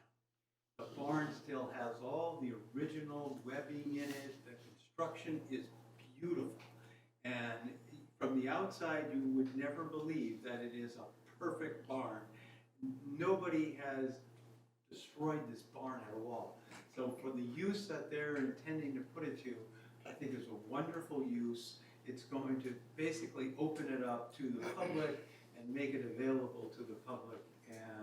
And certainly what we've seen them do over on the Town Street area, it's been really wonderful for economic development. We use it on our fall weekends. It's become one of the most popular stops on our, basically we have a tour that comes up the railroad. You'll see their minivans that come up. They go through the two wrestling cats and basically go Town Street. And theirs have always been the #1 desired site to go up and do wine tasting. So from the standpoint of what we see from the economic development, it's exactly what we're looking for. It's tourism based, it's agricultural based, and it'll fit into the area absolutely perfectly. I certainly encourage you to pursue this and make this available to the public and basically part of our tourism industry in the town. Thank you. Ma'am. Sarah Dickinson. I believe that this should be approved for a number of reasons. I love going to Staley Farms. I love going to food trucks and just going and seeing the farm itself, picking my Christmas tree there. I think it's a wonderful establishment. But if you add something like a wine tasting aspect to this in a more broad variety, it's going to bring more young people into the town as well. I know that retention of young people in town is something that's been a problem for several years. You know, people are leaving. There's not really many people coming because there's no real reason for my generation or the generation after me to really come back here. This is wine tastings, breweries, things of that nature are something that we're drawn to. We're drawn to experiencing these small places and something that's kind of out of the way. And when you're here, you want to explore a little bit more. I think that adding this aspect is another unique reason to come to East Haddam and say, this is something, everything's local, everything's grown here, and this is one of our pride and joys in the town. I think it's a great thing to add. Rob Smith, Boardman Road. I'm fully in favor of this the conceptual business here. Licensing. It's ideal in that it's what is expected by people who come to a town, a rural town, where they have agricultural activities. We are encouraging this kind of activity in this town. It will bring people in. The impact on the neighborhood, I believe, will be minimal. As it's been stated, the activities to and from the barn will be through the south, or from the south, so there will be very little impact to anybody from the north side of it. We have a situation where, it's what we've been talking about for years, about bringing, the best way to bring people into town to enjoy our rural atmosphere and the agrarian facilities that we have in town and are developing here and other places. So again, I'm strongly in favor of this conceptual renderings for this property.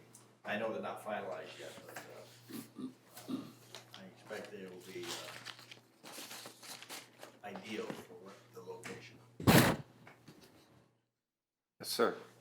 My name's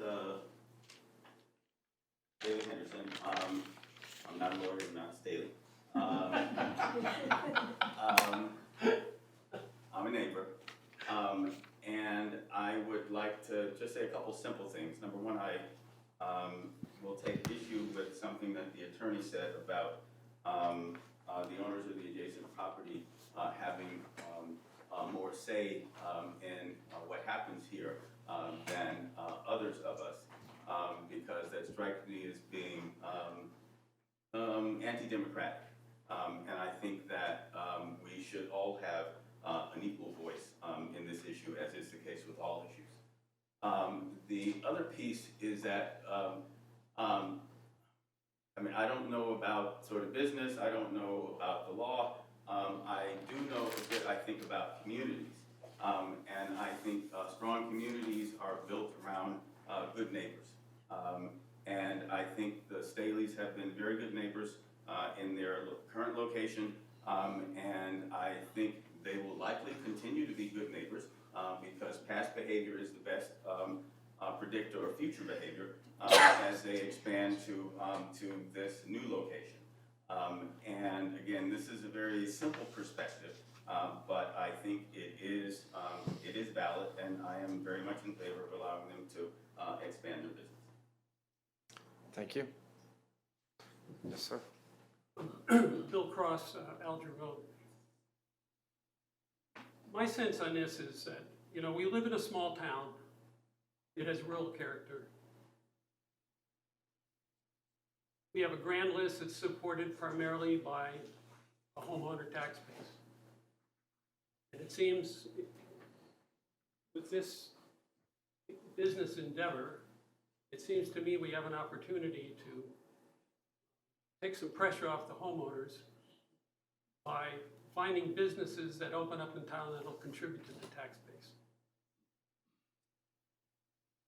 In my opinion, this is exactly the kind of business we want in this town. It'll maintain the rural character, and as I said, take pressure off homeowners and help grand list. The other thing I think that I don't think should be lost here, were this project not to be approved, what's the alternative for the Staleys? What are we dealing with, 21 acres, 23 acres, R2 zone? What if it went to a developer? What would be the impact of all the, or how many houses that could go in there? I don't think that that alternative would have a positive impact on the real character of the town as much as the proposal that you have before you. So that's really all I have to say. I would hope you would support this. Thank you. Thank you. Mr. Parker? Hi, Brad Parker. I live on Town Street, just around the corner from the property. Other than about 2.5 years, I've lived on Town Street as a neighbor of this property since 1962. When I was a kid, I played in the fields that we're talking about. I'm familiar with the Stanley Farm. They've been good neighbors. They've been very strong community supporters.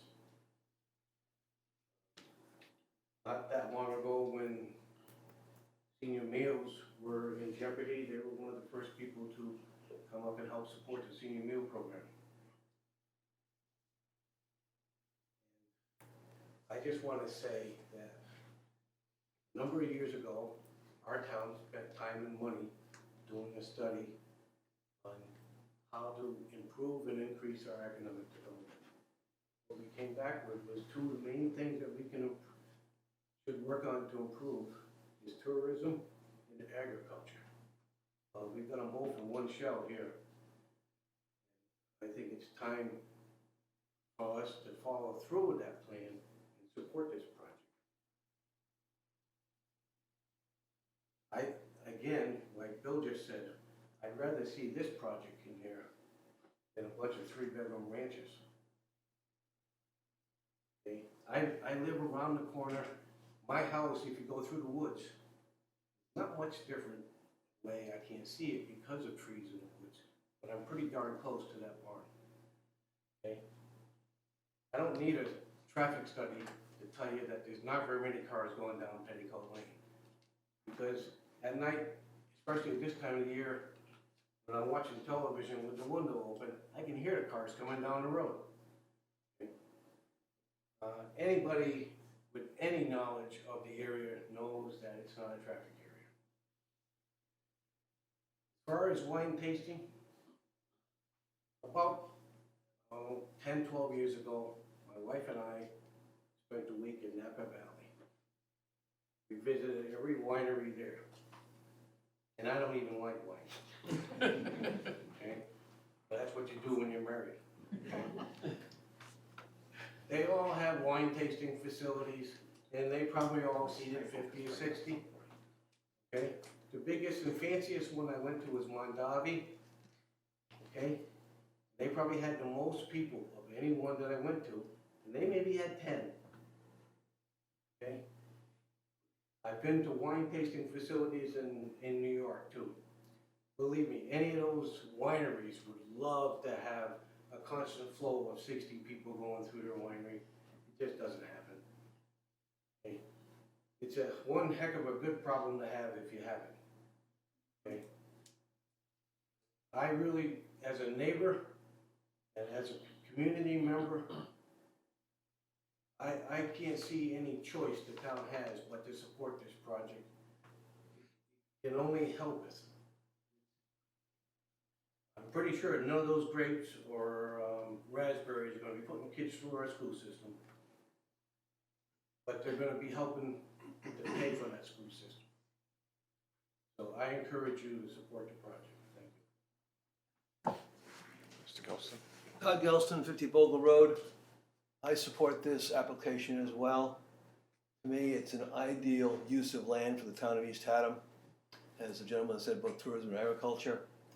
And to me, if I had a view of a row of crops, raspberries, grapes, I love that view. In fact, I've seen many calendars with those kind of pictures on the calendars. That's a very enjoyable view, and I think it would be a lot better view than, as I said earlier, of houses on 2-acre lots. I'd rather see the rows of crops on the backside of a barn, a well-kept barn, than anything else. I don't want to repeat what everybody said so far. It's been quite eloquent what they've said, But as far as planning and zoning commission, as far as land use, as far as traffic flow, I think it's a great deal for the town of East Haddam as well as for the Staleys. I also want to point out, as that gentleman said, there's nothing I prior experience. The Staleys have been very good about their facility on Town Street. I've been there several times, many times actually. It's very quiet, it's well mannered, it's orderly, it's neat and clean. I don't see this facility being any different than that, maybe even better, as they're learning how to do the business.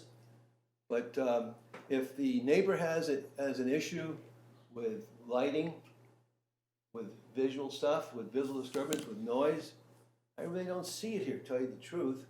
And if a problem does come up, I'm sure the Staleys, as well as the neighbors, as well as you folks, will address it appropriately. But let's not get ahead of ourselves here and do something we don't have to do. Let's start with what we have. And there's a concept they brought to us. I can see there's some kinks in it that we have to straighten out. But I ask the commission to support this application and approve it. Thank you.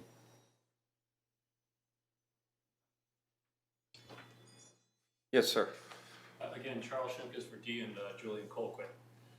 First of all, I want to direct you to your regulations and a close reading of your regulations. What's being proposed here is an accessory use to agriculture. It's not agriculture. This is an accessory use. So when you look at Section 5, there are very specific issues and elements that this commission needs to consider in order to grant the site plan approval. It should be part of the review. And that includes the reviewing the proposed frequency of events, event traffic, parking, lighting, noise levels, and the sanitation facilities needed. Those are all elements that this commission, in order to grant site plan approval for an accessory use, needs to consider. I have not seen or heard definitive answers to what events are going to be there, how much traffic is going to be there, what the lighting is going to be, what the noise level is going to be. And I know I'm repeating myself somewhat with respect to what I said earlier, but these are your elements in your regulations that you as a commission need to consider.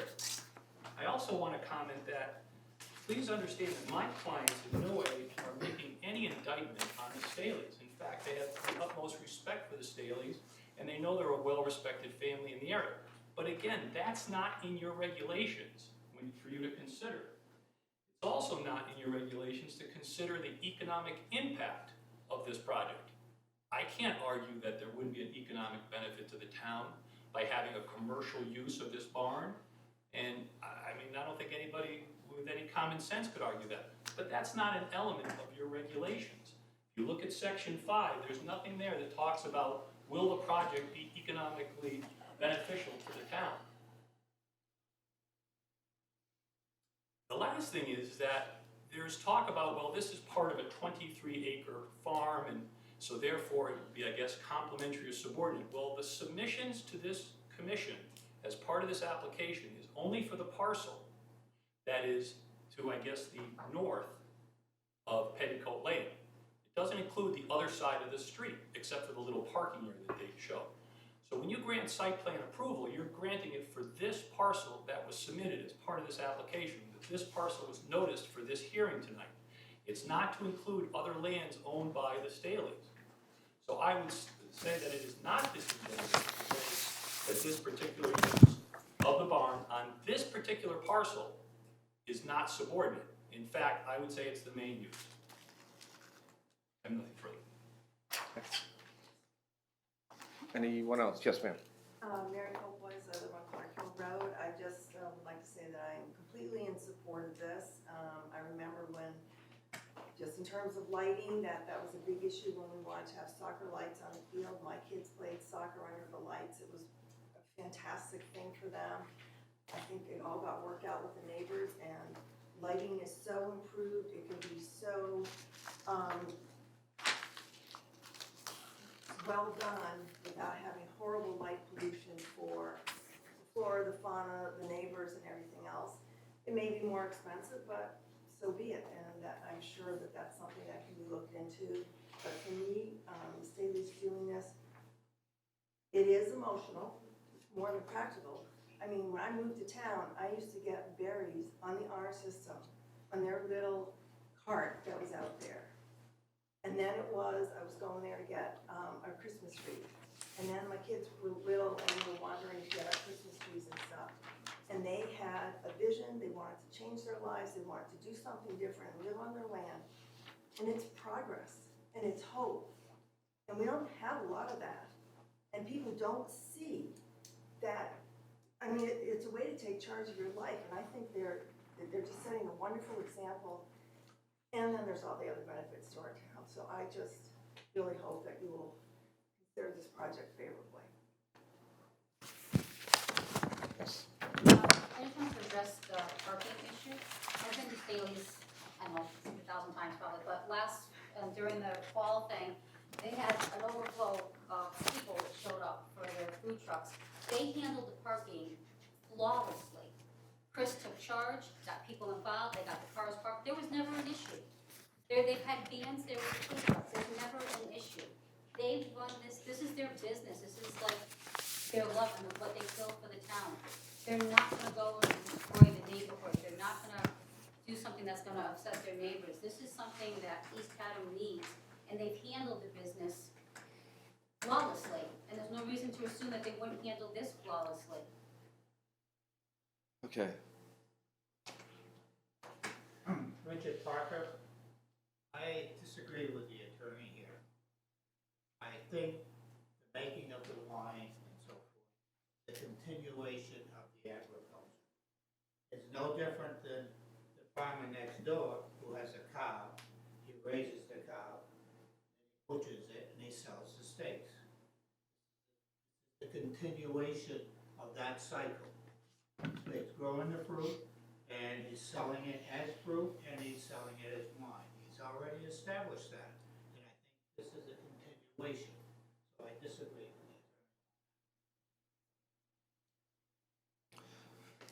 you. Okay. Yes, sir. There's three things. Kevin Stanley, Town Street. With respect to the representative Goldwitz, if you review the image that he handed out, there is in fact rhubarb planted on the parcel in question. That should be in that image if the image is recent. So any fruit, it's kind of a bit disingenuous to say that this is not subordinate, that the tasting is the primary function here, because we are growing fruit on the site that you have in front of you. If you review the plan, you will see that there's rhubarb, there's raspberries, there are peaches, and there are plums and cherries growing there as well. All of those will be used in the production of ciders and wine, which are the final end product and which will be tasted and sold out of that facility. Secondly, the representative did ask about why a second facility, and I want to speak to that for a second. We, as Ms. Dickinson touched on, we in this town are lacking, in a sense, a critical mass of businesses to attract individuals, tourists, to our town. The idea behind this, having a second location, what we're calling Yankee Cider Barn, is that it will be billed separately and differently from our farm winery. And that the idea, the illusion, if you will, of having multiple places makes East Haddam more of a destination, and it makes it more likely that someone's going to stop here, just like getting Chateau Laguerre next to Priam Vineyards up in Colchester makes it more of a destination for Colchester and for Cato Corner Farm. It serves the same function. The only difference here is that it's an illusion, but tourists don't know that. It's the same family in this case, and that's why we wanted that second location to help bring more people in and help to achieve that critical mass. And then I do have a letter because, yes, maybe the letter of the law does not consider what type of people we are, the economic impact, but what does take that consideration is the plan of conservation and development. And that is something that is supposed to guide all of the decisions for our commissions, for our boards, and for our town officers. And so I have prepared I'll read it to you, I believe you're getting a copy of it. Just an overview of the compatibility of the goals of this plan with the plan of conservation and development, and how those objectives fit in together. In the most recent edition of the East Haddam Plan of Conservation and Development, and I'm basing that off of the 2010 edition. Several goals and objectives are outlined to serve as a guide for future development within our town. Foremost among these objectives is preserving the natural resources and rural character its citizens value about East Haddam, and that's located on page 4 of the 2010 edition. I have additional footnotes at the bottom, I won't refer to them after this. And the quality of life on which this is dependent. The recent expansion of Staley Farm Winery onto the property at 23 Petticoat Lane is in keeping with this objective and strives to strike a balance between providing a source of local employment and tax revenue while fitting in with East Haddam's rural character. Starting in 1985, but with agricultural roots stretching much further back into the late 1700s, the farm planted several acres over into Christmas trees, of which it now totals over 15 in active cultivation. Staley Farm Winery was opened in 2014 as a supplementation to the existing 65-acre farm located at 278 Town Street. With 5 acres of orchard in cultivation at the time, the farm decided to expand its operations and opened a tasting room in late 2014. In 2016, the 274-286 property, I skipped ahead. In 2016, the opportunity arose to purchase 2 parcels along Petticoat Lane, which are adjacent to the 274 through 286 Town Street parcel. With a 4-acre parcel of land on the 286 Town Street side, what we've so far been calling the south side of Petticoat, the decision was made to plant an additional apple orchard, which both reclaimed historic cow pasture dating back to the 1800s and allowed the farm to increase its production of wines and hard ciders. All wine and cider produced by the farm is 100% East Haddam grown and produced, and exceeds the state minimum of 25% Connecticut grown.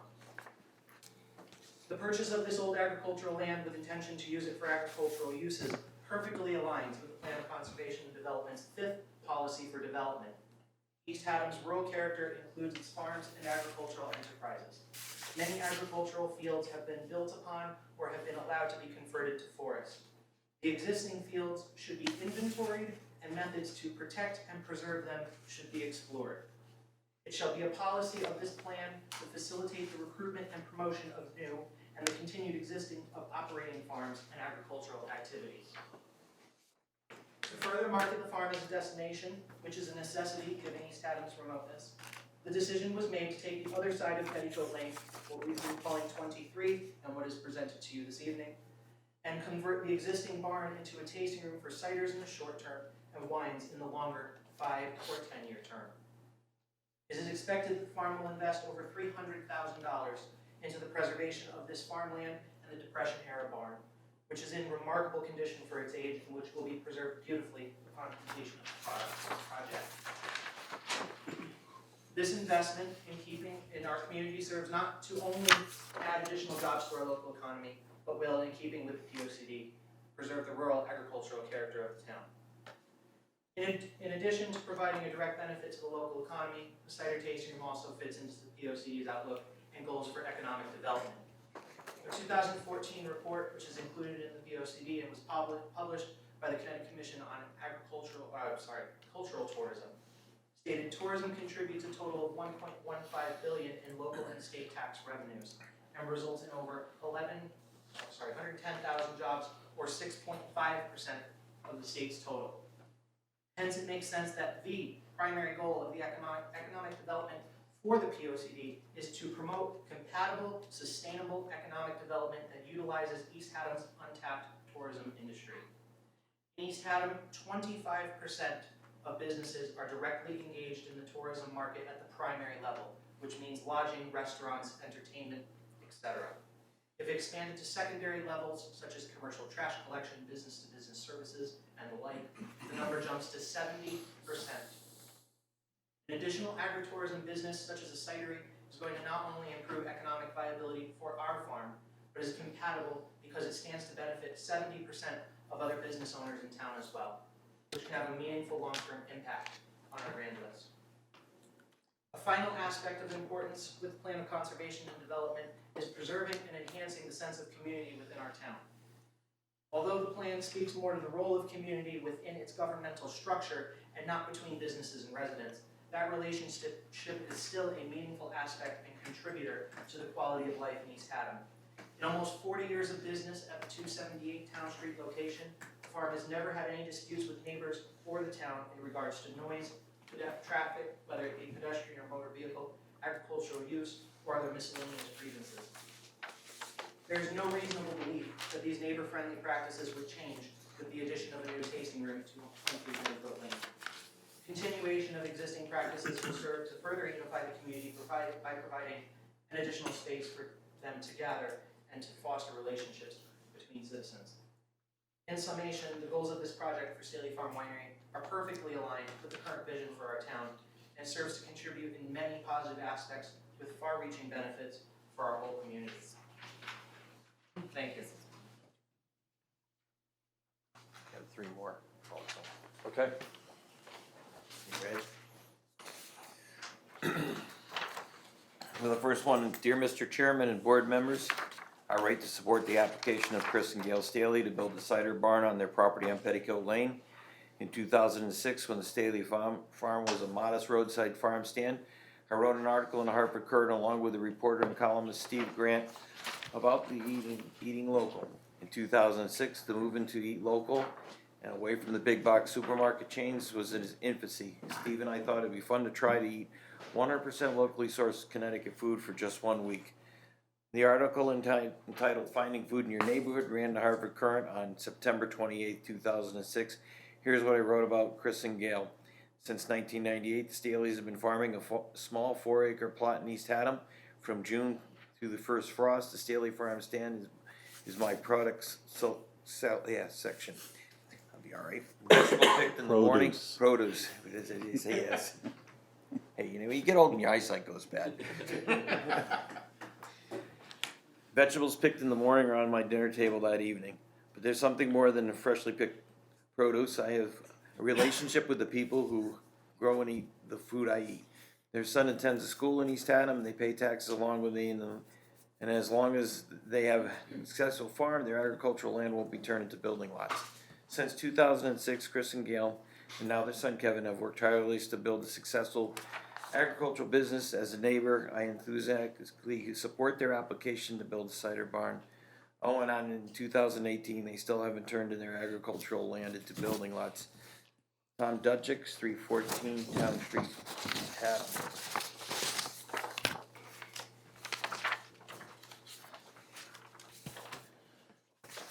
Second one, to the Planning and Zoning Commission, to whom it may concern. Our family is happily writing this letter on behalf of the Staley Farm. As you know, our businesses are right next door to each other. Our customers from the campground greatly appreciate the diversity of activity the Staleys provide. An expansion of services to our customers and many customers that are coming to East Haddam would be welcome. We hope the commission will consider their project on Petticoat Lane, the cider mill, to be an asset to the community and will allow their expansion to happen. Glenn Gustine and family, owners of Wolf Den's Family Campground.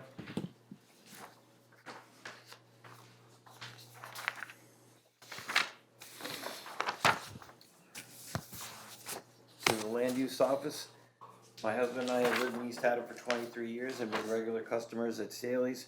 We live down the road from them and purchased a tree there for our first Christmas in town and have been a loyal customer ever since.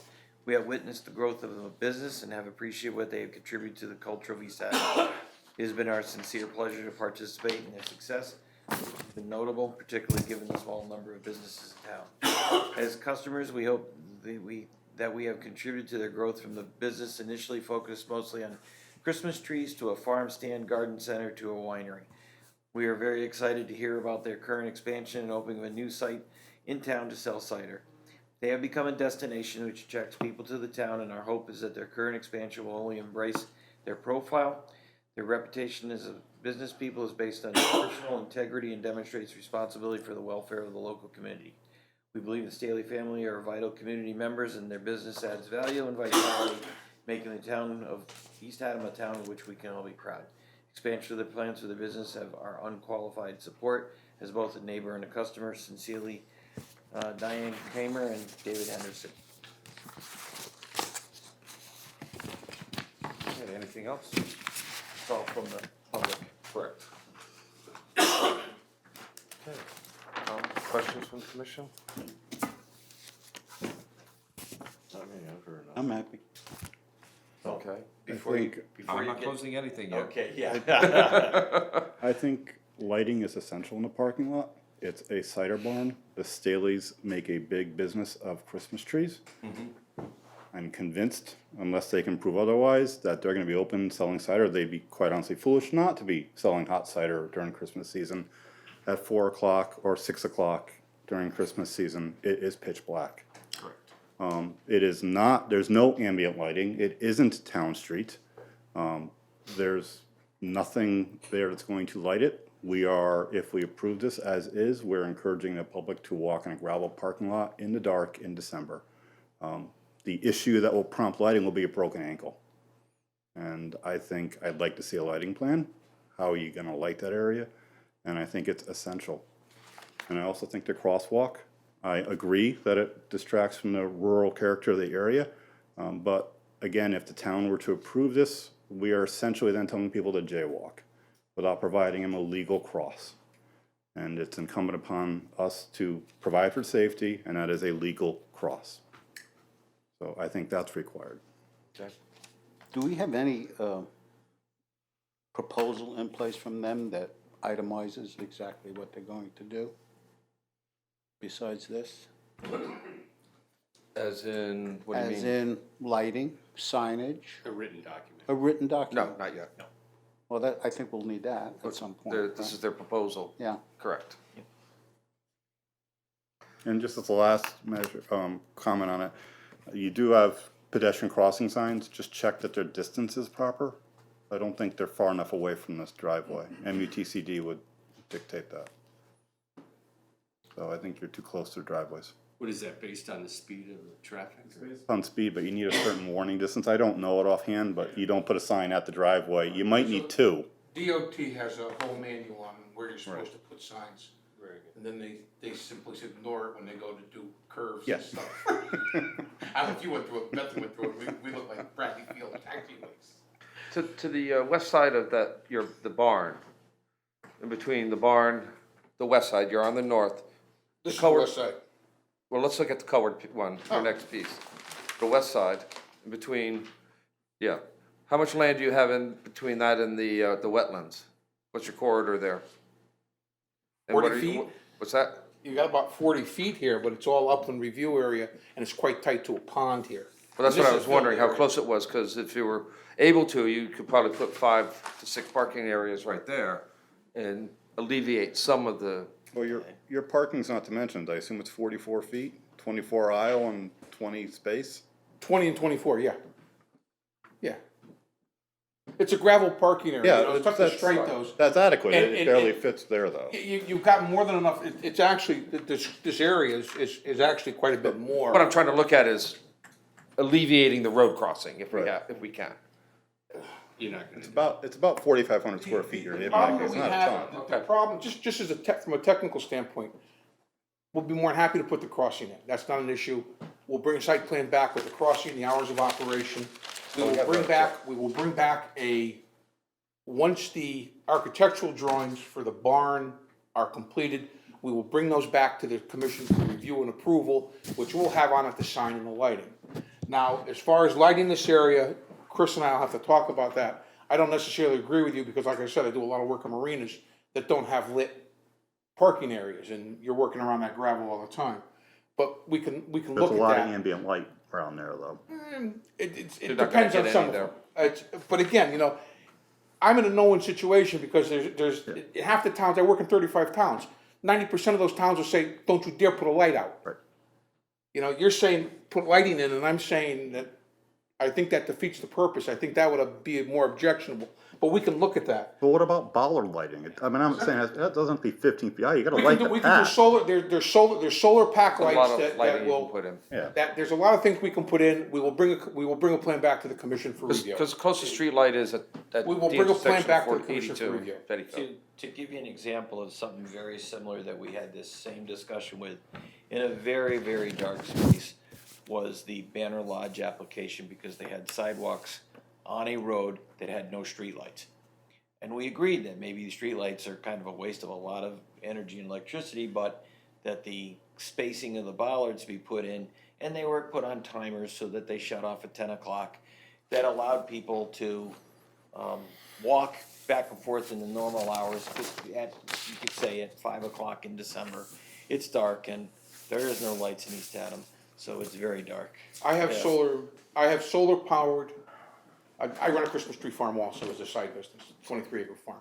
And we have solar powered, motion activated lights, which, if that's what, I will look at that only because they work very effectively and they only go on and they stay on for 20 minutes and then they go off again. They're solar powered, you don't have to run wires, and they're very, very, very, very nice. It's a soft light. It doesn't, it's not like a Walmart parking lot. It's a very soft light. It's a very soft down light.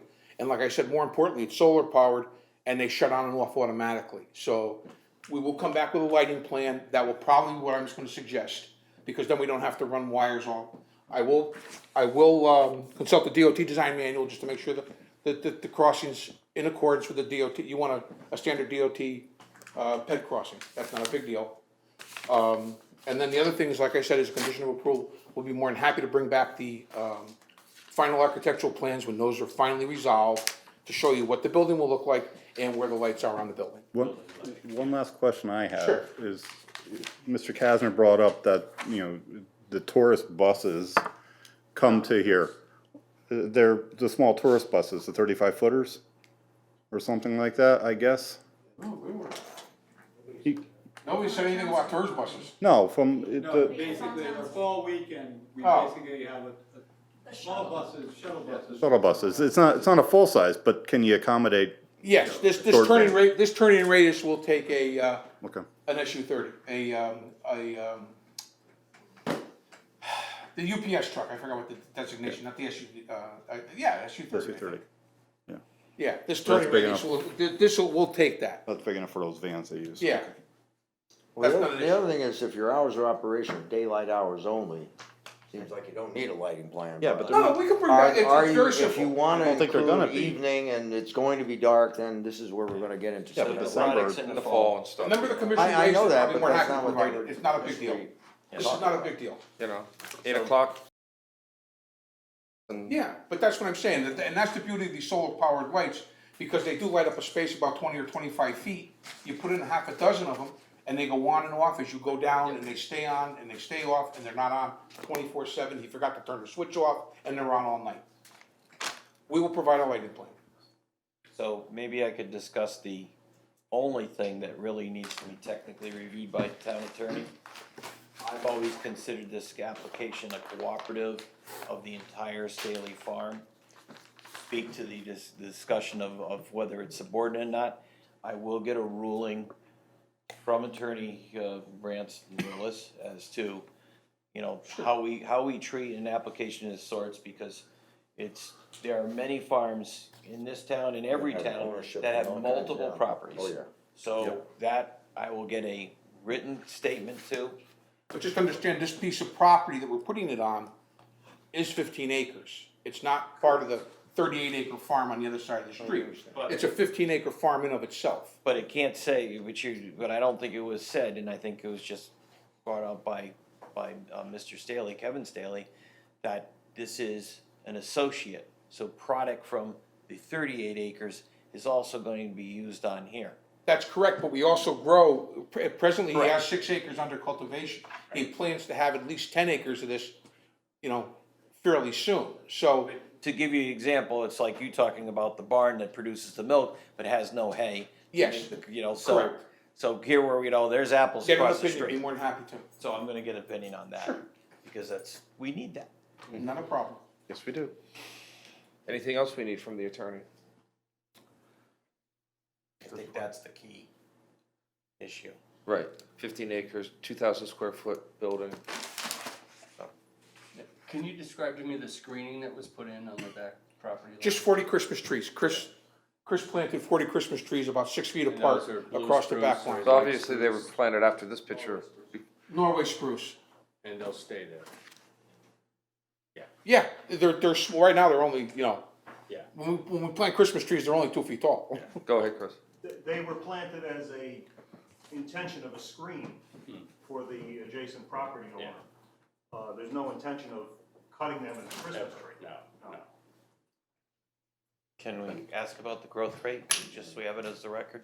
Yeah, do you know the growth rate of those trees? How fast they'll grow? Could be between 1 and 4 feet a year. Okay. And is there any thought of entertainment inside this facility? Entertainment. I thought I think they're just talking like light, you're looking at like light music inside, like a radio or something, We're right? not pursuing an entertainment permit with the state for liquor, so there will be no entertainment. Okay, very good. And I had said that as part of the record, no standard. Yeah. Just to clarify, with respect to the screening that was asked, that's between my client's property and the barn, I have a picture of what was planted. I think this is an accurate representation. I'll actually ask the applicant. No, direct it to, Well, I'll direct give it to you, us, sir. This was given to me by my client, and I'll give it and submit it as Okay. part of the record, but this is the screening that was supposedly planted. And I believe that's an accurate representation. Any screening we feel that was planted is certainly not adequate. Certainly if you take a look at the size of that, that doesn't provide any level of screening. we have our regulations that we have to have met, so.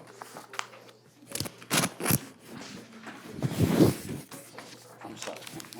I got a lot. Okay, we have everything you want.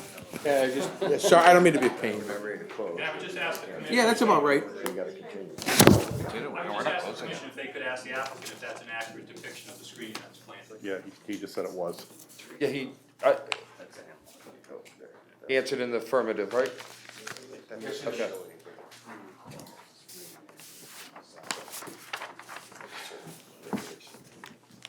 Okay, any other questions we need to answer? Have answered.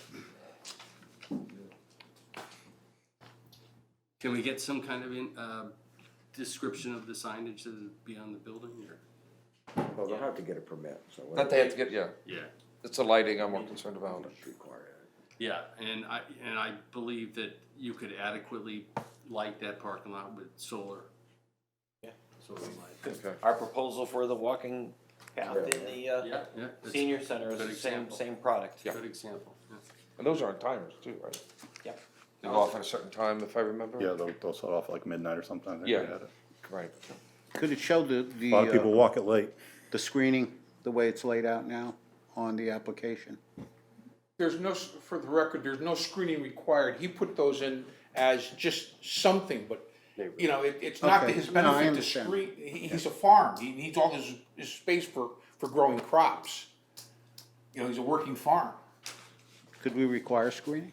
Yeah, it's under our review. Again, if I may, if this commission was to approve this application, we would ask that it be conditioned on providing adequate screening. I don't think anyone in their right mind would. We're not gonna address that tonight, sir, but it is under our purview to, have it properly screened. We would ask that would be one of the conditions, that it be at least 6 to 8 feet high, so there is some level of screening. In my lifetime, I won't see any screening of those plants that are there. Okay, then I guess I'll entertain a motion to continue this to our next scheduled meeting. So moved. Okay. Who made it? No, that was, Okay. Okay, I'll second it. all in favor? Aye. Any opposed? Okay. We just continued this to our next, scheduled meeting, which will be. give me a moment. 26th. May 22nd. No. No, wait a minute, I'm sorry, June 26th. June 26th. Wrong month. Okay. What else we got on the agenda? When you killed everything else in the agenda, we took a recess. Motion to adjourn? Okay, entertain a motion to adjourn? So moved. I'll give it to that one. I'll give it to Lou. Oh, thanks. Do we want to kill everything? What's the date of the meeting? June We're 26th. done. Yeah, we got a second. Do we take a vote? Yes. Yep, we took a vote. June 26th. No one objected. You guys are gonna kill me.